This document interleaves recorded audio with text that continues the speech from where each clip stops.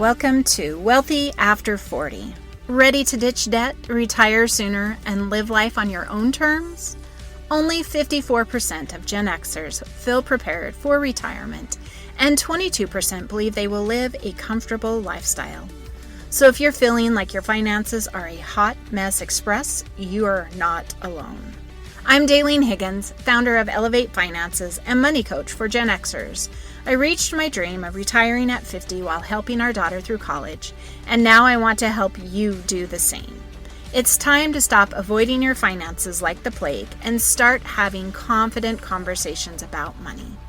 Join me every week to talk about personal budgeting, debt payoff, saving for retirement, money mindset, and leaving a legacy for future generations. Okay, friends, let's talk money. Welcome to today's episode of Wealthy After 40, where I am going to share with you why I know, right? Why not I just believe, but why I know savings is the number one financial habit. Savings does so much for us, and I'm going to start out by sharing with you 8 different things it supports directly, right, from being able to be a saver. The first one, it creates an emergency fund and sinking funds. So being able to save for a medical, emergency, for a car repair, for a home repair, protecting us from going into debt more. Number 2, savings habit helps us pay down debt. Number 1, we have to have that amount for that payment. And number 2, if we want to pay it down more quickly, we need to know how to save, right? We need to find savings to be able to contribute to paying down debt. 3, it helps us build awareness around our spending. As we start thinking about saving, when we go to spend and it's leaving our hands, I think we're a little more aware of the why and the what and the how, and evaluating if that's what we truly intend to happen with these monies. Number 4, it helps us prepare for sending kids off to college. Number 5, it prepares you for retirement. If you're not able to save for the future, retirement's going to be pretty bleak. Number 6, it softens the effects of job loss. So if you have a bucket of money and you lose a job, or you have a reduction in hours, or maybe even a reduction in pay for whatever reason, having that savings can help soften that effect. The thing still happened, right? But financially, we can start making decisions because we're okay for a moment. Number 7, it builds a buffer for times of inflation. We've just experienced inflation, we know, right? So being able to have a savings and being able to pull back from that to cover those increases in costs for the things that we have to have, utilities, fuel, groceries, those things aren't going away. So we need to be able to support the inflation, and that typically is done with savings. And number 8, saving helps us build wealth. If we are not saving, we are not building wealth at all. So saving is the cornerstone of financial stability. Financial stability is the first level of financial freedom. We need to achieve that to even start our path to financial freedom. And financial stability helps us be able to react to most life events, right? Being prepared, as I was talking about, for a medical emergency. Many years ago, my dad was in ICU after a bypass surgery. Yes, most people are in ICU for a certain number of days, but typically very few. He spent nearly a week there. But because they had been savers, I knew I didn't have to worry about money for them. I just got to worry about his health and his well-being. So really having that savings to kind of lessen some of the worry that we have around, these life events that are going to happen is huge, instead of being able having to stress about the financial side of it as well. A study by the Federal Reserve found that nearly 40% of American households struggle to cover an unexpected expense of $400 without borrowing or selling something, right? $400. Having that much saved is really a drop in the bucket. I know for some of you, the minimum life expenses are up there, but most of us are not living at that point, right? So striving to even just create a savings of $1,000, it really should be something that all of us should be doing first and foremost. Having an emergency fund can prevent us from falling into debt and financial distress. So set yourself up for stability instead of being financially fragile. The power of savings protects us, prepares us, and helps us plan for the future. All right, so how can you start saving? I've got a couple strategies for you here that you can start taking away, a couple of these to help you start moving forward on your savings or help you even get stronger in your savings. But first and foremost, we should be budgeting and tracking our expenses. There's many ways to do this. I've shared an episode about budgeting and tracking, so go back and look for that. It is also something I support in financial coaching. So if you're still struggling with this step, please reach out for help. Number 2, really automate savings if at all possible. It's a huge jump in the right direction. Behavioral finance, they have consistently shown that individuals who practice discipline have better long-term financial outcomes. Behavioral economists like Richard Thaler have demonstrated the importance of automatic savings plans in helping people, have this better outcome. So at the point you're able to create it automatically for whatever direction it needs to go, right? Then that should definitely be something that is happening. Number 3 and 4 kind of go hand in hand. So if you're looking for savings, we either have to reduce our expenses or we need to find additional income. So additional income is not necessarily a second job, but you can sell stuff around the house. You can, if you have a hobby that you can sell stuff to make money that way. There's all different ways to find savings.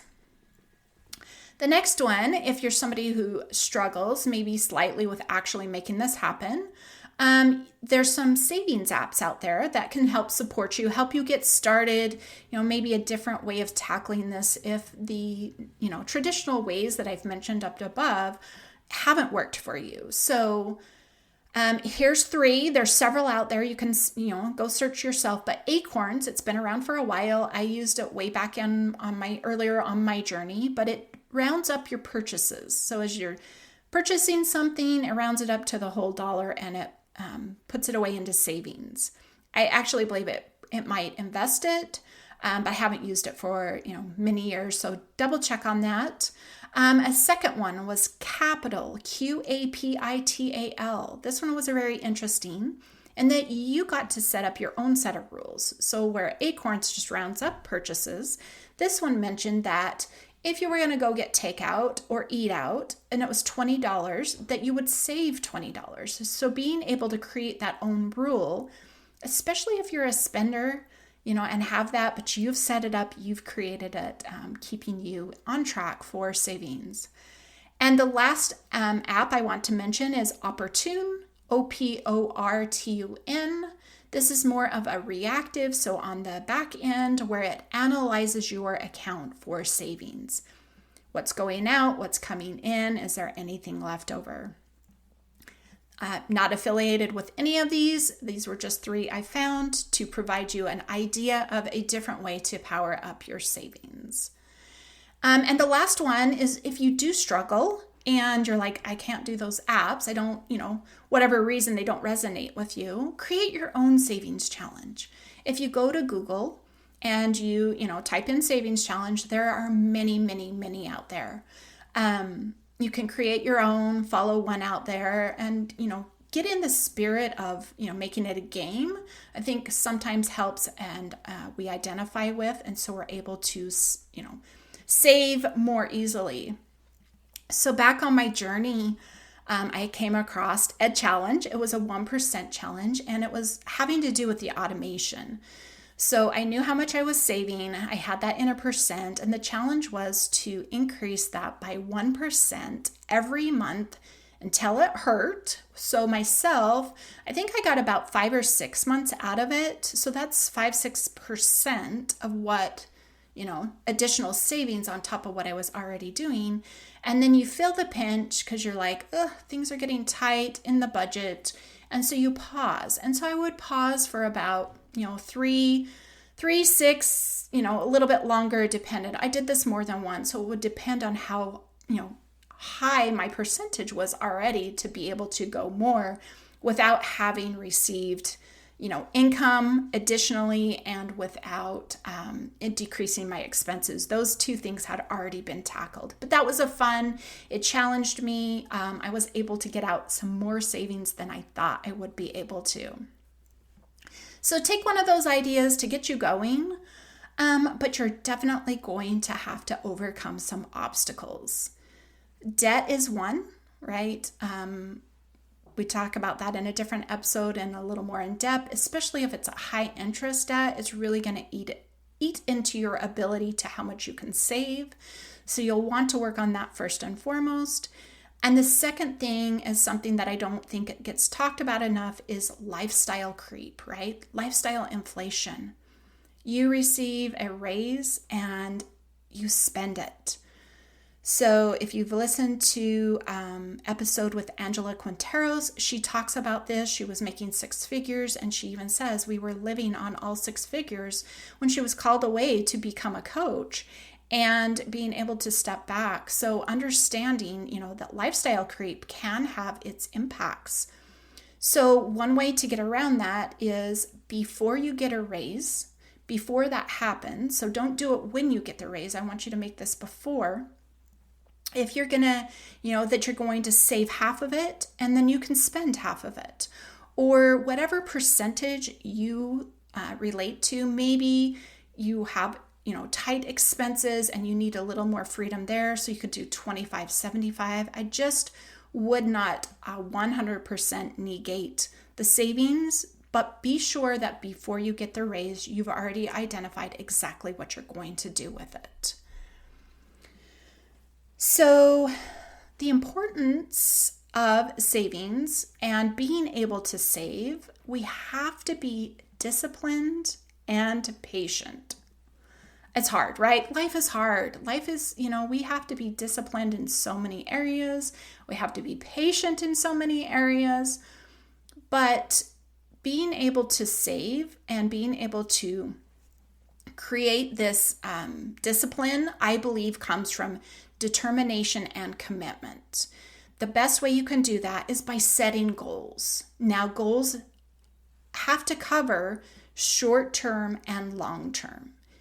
Now, when you are thinking long-term, and short-term, mid-term, long-term, right? But when you're thinking long-term, I want you to really dream that dream. I want you to, as we have gotten older, we lose that ability to be free thinking and free dreaming because we're always told there's no way you can do that. There's no way you can do it. I want you to drop those boundaries and those barriers as you are thinking of that ultimate long-term financial goal, as that ultimate, and all of them within between. When I set out my goals, when I started out on my journey, I thought it was crazy for a couple of them that I had in there. I'm like, there is no way this is going to happen.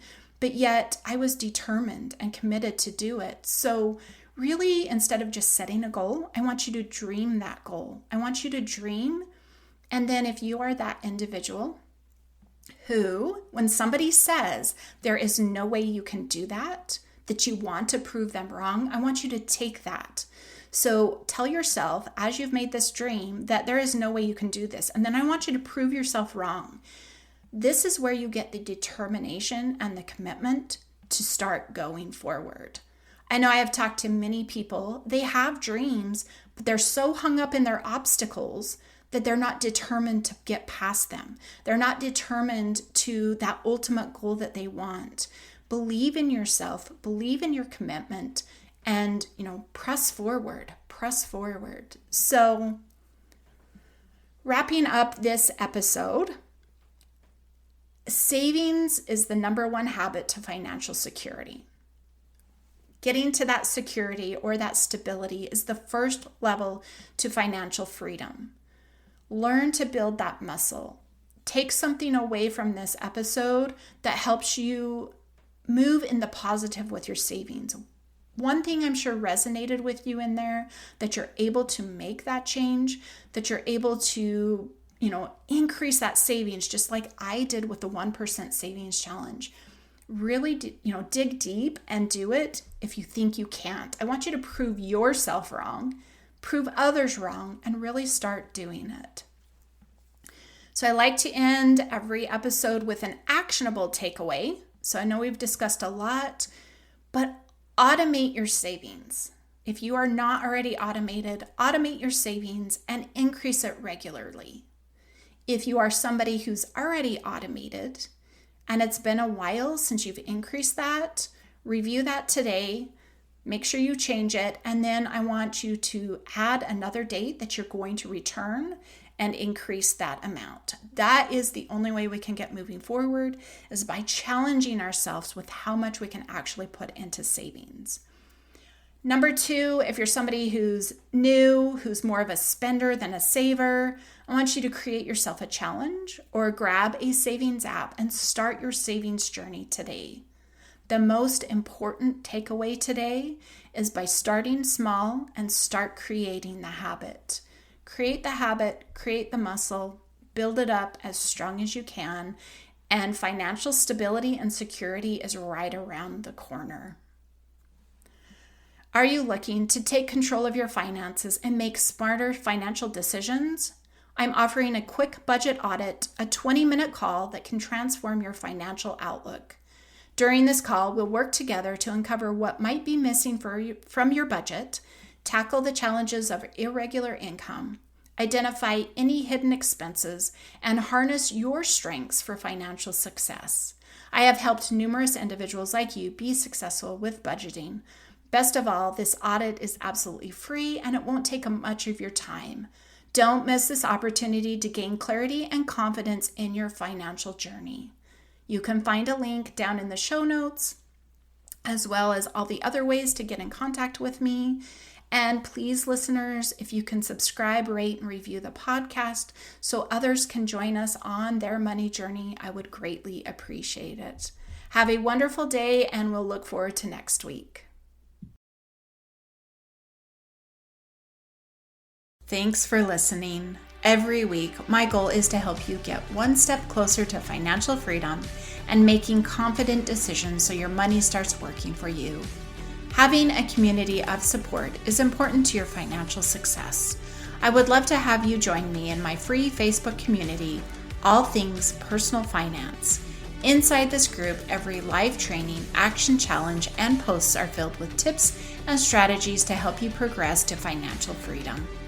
If you have questions from today's episode or want to learn more, follow me on Instagram at Elevate Finances. If you're looking for personalized support to get your finances on track, check out my website at elevatefinances.us to learn more about how I can support you with one-on-one coaching. Thanks and have a wonderful day.